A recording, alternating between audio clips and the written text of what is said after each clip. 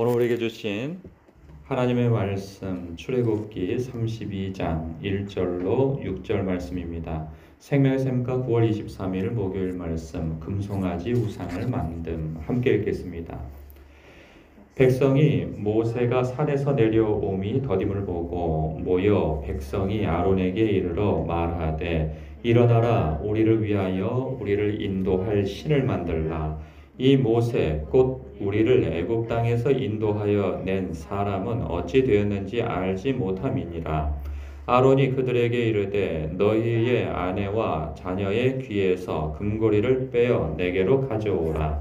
모든 백성이 그 귀에서 금고리를 빼어 아론에게로 가져가매 아론이 그들의 손에서 금고리를 받아 부어서 조각칼로 새겨 송아지 형상을 만드니 그들이 말하되 이스라엘아 이는 너희를 애굽 땅에서 인도하여 낸 너희의 신이로다 하는지라. 아론이 보고 그 앞에 제단을 쌓고 이에 아론이 공포하여 이르되 내일은 여호와의 절이니라 하니 이튿날에 그들이 일찍이 일어나 번제를 드리며 화목제를 드리고 백성이 앉아서 먹고 마시며 일어나서 뛰놀더라. 아멘. 이스라엘 백성의 영도자인 모세가 하나님과의 언약식 이후로 시내산에 올라간 지 한 달이 넘도록 내려오지 않고 있죠. 우리는 그가 산에서 무엇을 하고 있는지 알고 있습니다.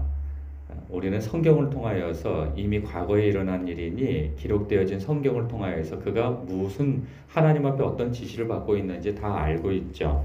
그런데 이 당시에 이스라엘 백성들은 그들 입장에서는 참 답답할 노릇이죠. 뭐 전화기가 있어 미리 어떤 소식을 전해받고 있는 것이 아니고 올라간 것은 봤는데 내려오지를 않고 있으니 그들 마음에 또 하나님을 두려워하는 마음이 있는지라 혹 그가 산에 올라가서 그 하나님으로부터 죽임을 당하거나 올라가서 굶어 죽었거나 아니면 길을 잃었거나 어떻게 된지 알 수가 없으니 누가 그것을 중간에 알려주는 사람도 없고 그러니 답답할 노릇인 거죠.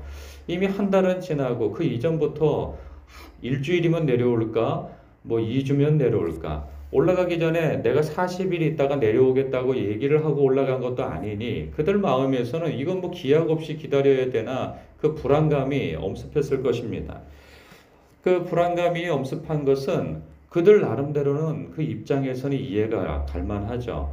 출애굽이 되어져서 시내산에 이르기까지 하나님의 여러 가지 그 기적의 역사를 경험하면서 하나님이 살아계신 것은 모르는 바는 아닙니다. 그러나 어떤 상황에서든지 모세를 통하여서 하나님께서 역사하신 것을 경험한 그들로서는 모세가 그들 앞에서 사라지니 하나님과 어떻게 소통할 줄을 모르는 그들이었죠. 그래서 그들은 두려운 나머지 우리가 아직 시내산에 머물러 이렇게 살 것은 아니라 생각한 그들로서는 왜냐하면 이제 거기에서 그들의 목적지는 가나안 땅이거든요. 뭐 어떻게 할 바를 모르는 거죠. 그러니 그들로서는 너무 두려운 나머지 이런 결단을 하게 되어집니다. 32장 1절을 보니까 우리를 위하여 우리를 인도할 신을 만들라. 이 모세 곧 우리를 애굽 땅에서 인도하여 낸 사람은 어찌 되는지 알지 못함이라 하는 거죠. 그들이 선택하고 결단한 것이 무엇이냐면 이전으로 다시 되돌아가는 모습인 거예요.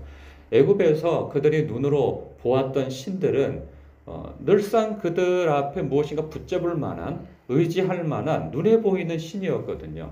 그런데 여호와 하나님은 눈에 보이질 않아요. 사람을 통해서 역사하시고 사람을 통해서 또 말씀하시고 그러니 답답한 거죠. 무엇인가 눈에 보이면 그냥 마음의 안정감이 일어날 것인데 눈에 보이지 않으니까 답답한 거예요. 그래서 눈에 보이는 신을 만들려고 하는 거죠. 그런데 이미 그들은 하나님과 언약식을 행할 때 하나님께서 십계명을 주셨어요. 그 십계명의 첫 번째 계명에 나 외에 다른 신을 너희들에게 있게 하지 말고 두 번째 계명으로서는 어떠한 모양이든지 하나님의 모양이 이렇다 하여서 그 형상을 만들지 말라 분명히 말씀하셨거든요. 너희들이 그렇게 하지 않게 되어지면 너희들이 그렇게 우상을 만들고 우상을 너희들에게 있게 하면 너희들이 천대까지나 저주를 받게 되어질 것이다.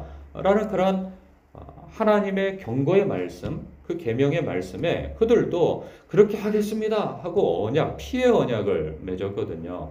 그런데 그들은 잊어버렸어요. 잊어버리고 우리가 그렇게 하지 않겠습니다. 그리고 하나님께서 하지 말라 한 것에 대해서 망각하고 이전의 모습으로 되돌아가 버린 것이죠. 두려운 마음에. 아론도 그래요. 그러면 그가 모세가 안 보이니 백성들은 아론을 닥달했겠죠. 왜냐하면 아론은 모세의 대변인 노릇을 해왔기 때문에. 그렇다면 그는 하나님 앞에 나아가 기도했어야 할 사람인 거예요. 왜냐하면 모세의 대변인 노릇을 했다고 해서 그가 모세에게 전해 들은 말만 이렇게 전달한 것은 아니거든요. 그도 이전부터 하나님의 음성을 들어 하나님과 소통했던 사람이라 말이죠. 그런데 백성들이 찾아와가지고 모세는 어떻게 됐습니까? 왜 내려오질 않습니까? 이거 어떻게 된 것입니까? 뭐래도 해야 되는 거 아닙니까? 계속 뭐래도 해야 하는 거 아닙니까? 라고 자꾸 사람들이 와서 닥달을 하고 그 압박을 하고 하니 그 마음속에 이 두려운 마음과 이렇게 압박되어지는 마음에 그가 선택한 것이 하지 말아야 할, 지도자로서 하지 말아야 할 선택을 하게 되어지죠. 그것이 2절부터입니다. 아론이 그들에게 이르되 너희의 아내와 자녀의 귀에서 금고리를 빼어 내게로 가져오라.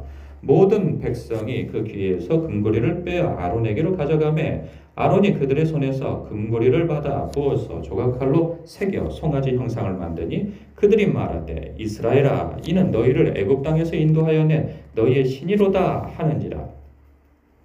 나중에 그 모세가 내려와서 진노하죠. 이게 어떻게 된 일입니까? 하고 아론을 추궁하니까 그가 하는 말이 백성들이 하도 닥달을 하고 나를 몰아붙여서 두려운 마음에 그들이 나를 죽일까 싶어 두려운 마음에 그 금을 그 화로에다 던져 넣었더니 아니 저게 금송아지가 나왔습니다. 그렇죠.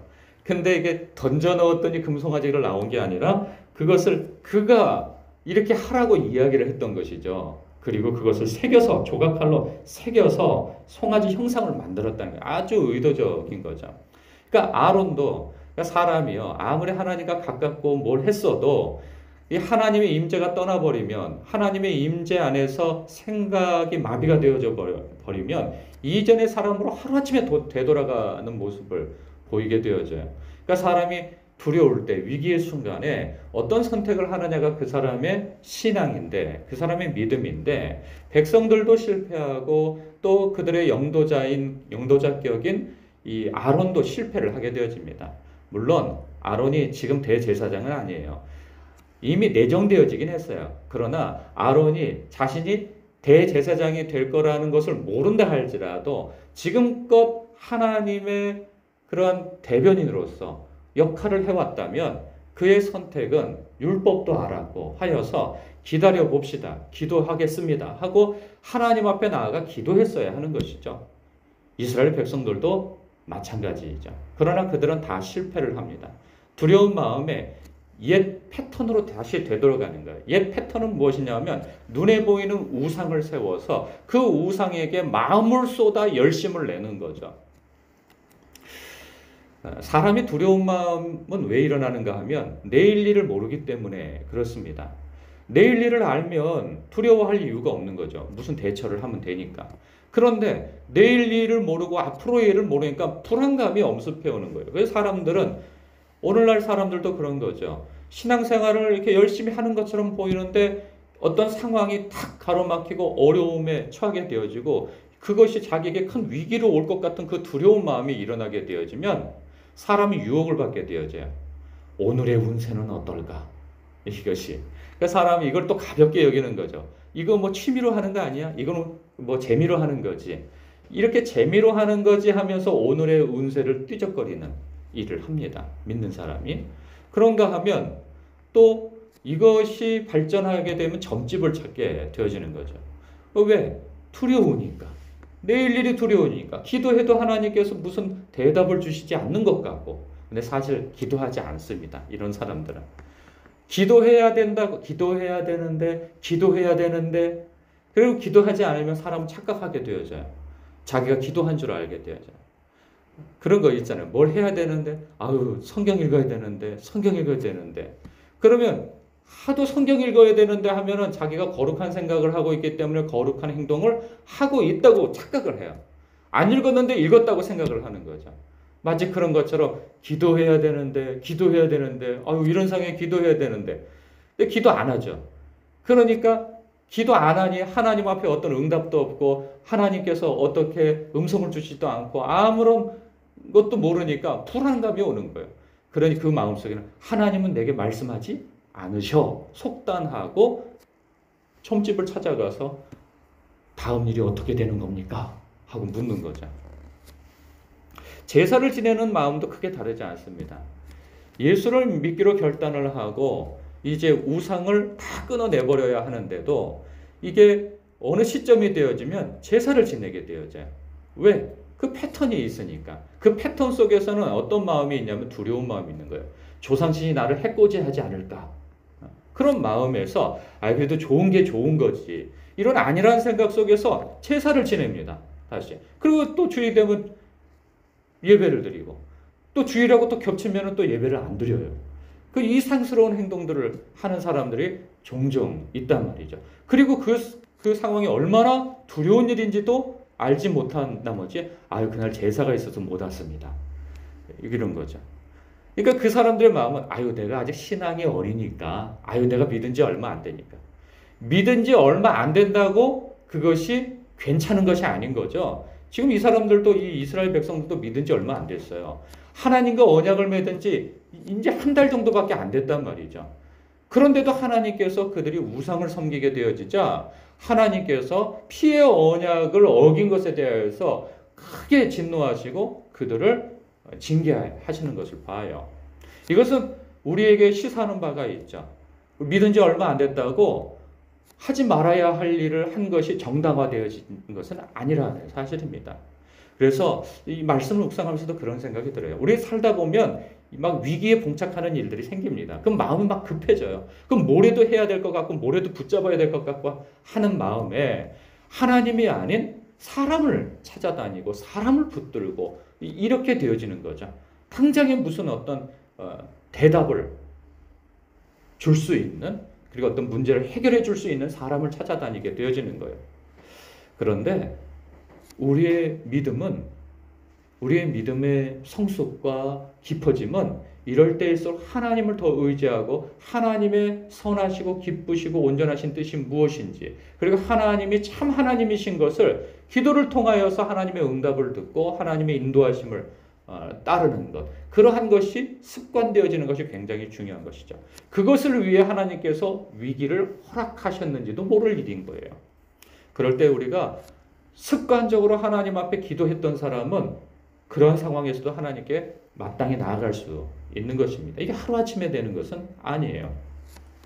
오늘 말씀 속에서 하나 눈여겨볼 것은 무엇이냐면 이스라엘 백성들이요 굉장히 열심을 냅니다. 나름대로는 그가 여호와 하나님 앞에 열심을 내는 거예요. 왜냐하면 4절에 보니까 이스라엘아 이는 너희를 애굽 땅에서 인도하여 낸 너희의 신이로다 이렇게 얘기를 하죠. 그리고는요 5절에 보면 아론이 보고 그 앞에 제단을 쌓고 이에 아론이 홍보하여 이르되 내일은 여호와의 절일이니라. 절일까지도 선포를 하고요. 그 이튿날에 6절에 보니까 그들이 일찍이 일어나서 번제를 드리며 화목제를 드리고 백성이 앉아서 먹고 마시며 일어나서 뛰놀더라.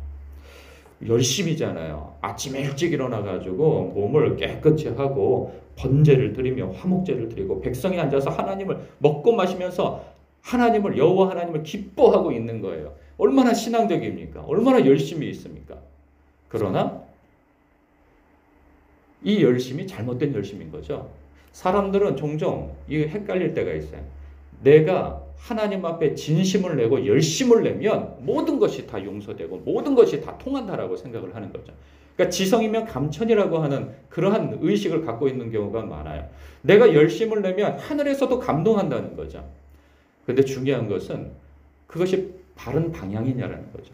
열심이 중요한 것이 아니라 하나님의 선하시고 기쁘시고 온전하신 뜻에 분별되어져서 말씀을 기반으로 한 분별이 되어져서 그 열심을 내느냐 하는 거죠. 그런데 많은 사람들은 내가 열심만 내면 하나님께서 감동하실 거라고 생각을 하는 거예요. 그래서 자기의 열심을 의지하는 거죠. 그렇지 않습니다. 열심이 중요한 것이 아니고 방향이 올바르냐는 거죠. 하나님의 뜻에 합한 것이냐라는 거죠. 그래서 우리가 말씀을 읽고 묵상하고 연구하는 이유가 거기에 있는 것이죠. 열심은 이 사람들도 열심을 내고 있어요. 그러나 이 열심이 하나님 앞에 진노를 살 열심이라는 사실을 그들은 모르고 있는 거예요. 무지하니 그들은 그렇게 하는 것이, 열심을 내는 것이 하나님의 마음을 감동시킨다고 생각하는 거죠. 그러나 그것은 하나님의 마음을 감동시키는 것이 아니라 진노를 사는 일이라는 거예요. 그래서 우리 그리스도인은 하나님의 말씀을 주야로 읽고 묵상하고 하나님의 선하시고 기쁘시고 온전하신 뜻이 무엇인지 분별하려고 하는 그 애씀이 있어야 하는 것입니다. 그래야 우리의 열심이 올바른 방향 위에서 행할 수 있는 것이죠. 그렇습니다. 오늘도 이 새벽에 여러분들은 하나님의 말씀을 읽고 묵상하고 듣고 하는 과정을 통하여서 오늘 하루를 살아가시는 줄 압니다. 여러분이 그렇게 하나님 앞에 신실하게 서는 그 모습과 태도 하나님께서 기뻐하십니다. 오늘도 하나님의 말씀 위에서 하나님의 선하시고 기쁘시고 온전하신 뜻이 무엇일까 이렇게 여쭈면서 주님께서 내 마음에 감동을 주시고 생각나게 하시는 그 말씀을 따라서 선택하시고 생각하시고 그리고 사람을 만나시고 일하시는 여러분 되시길, 그래서 하나님께 영광을 돌리시는 여러분 되시길 주님의 이름으로 축복합니다. 기도하겠습니다.